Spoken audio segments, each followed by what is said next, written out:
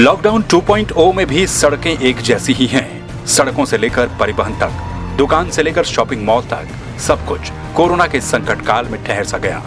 Corona के खिलाफ जंग लड़ने वाले सड़कों पर हैं, तो देश के नागरिक अपने अपने घरों पर रहकर भी इस जंग में भागीदार बन रहे हैं। देहरादून में भी जैसे जैसे दिन निकल रहे हैं, वैसे वैसे ही पुलिस और ज्यादा चौकन्नी हो रही है, क्योंकि एक लापरवाही भी खतरनाक हो सकती है। उत्तराखंड में अभी तक कोरोना के 37 मामले हैं और ये आंकड़ा न बढ़े, इसके लिए सरकार चिंतित है। इसीलिए चौक चौराहों पर अब पुलिस के साथ साथ आईटीबीपी के जवान भी पहरा दे रहे हैं। देश में एक बार फिर से प्रधानमंत्री नरेंद्र मोदी ने लॉकडाउन 2.0 का ऐलान किया, तो 2.0 में जो सख्ती है वो भी साफ तौर पर देखने को मिल रही है। कई जगहों पर पुलिस और भी ज़्यादा सख्ती कर रही है, क्योंकि कोरोना संक्रमण जिस तरीके से देश भर में बढ़ता जा रहा है, वाकई में एक चिंता का विषय है। और इस संक्रमण को रोकने के लिए सबसे किफ़ायती और सबसे सरल तरीका लॉकडाउन का ही है। लॉकडाउन से कितना हद तक कोरोना काबू में आएगा, ये बात की बात है, लेकिन फिलहाल लॉकडाउन का पालन करने के लिए लोगों को कहा जा रहा है। देहरादून की सड़कों पर वही नज़ारा नज़र आता है।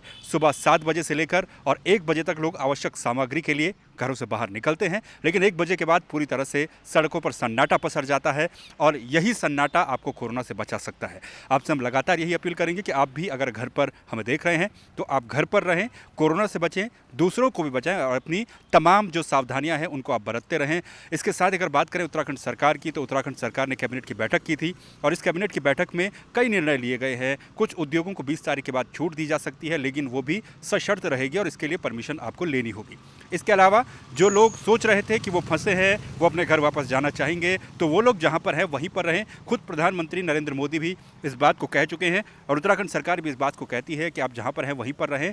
जब कोरोना के मामले कम हो जाएंगे तो उसके बाद हो सकता है इस और भी ध्यान दिया जाए, लेकिन फिलहाल अंतर जनपदीय और अंतर राज्य सेवाएं परिवहन की पूरी तरह से बंद रहेंगी। उत्तराखंड सरकार कह चुकी है कि भले ही 7 पहाड़ी जिलों में कोरोना के मामले न आए हों, लेकिन फिर भी एहतियात रखने की जरूरत है। कोरोना के चलते सड़कें सूनी हैं, लिहाजा आपको भी अपनी भूमिका निभानी है। कोरोना के इस युद्ध में हर कोई अपने अपने स्तर पर जंग लड़ रहा है। कोरोना वॉरियर्स सिर्फ सड़क पर ही नहीं हैं, बल्कि आप भी कोरोना वॉरियर्स हैं और आप भी घर पर रहकर जंग लड़िए और कोरोना को हराइए।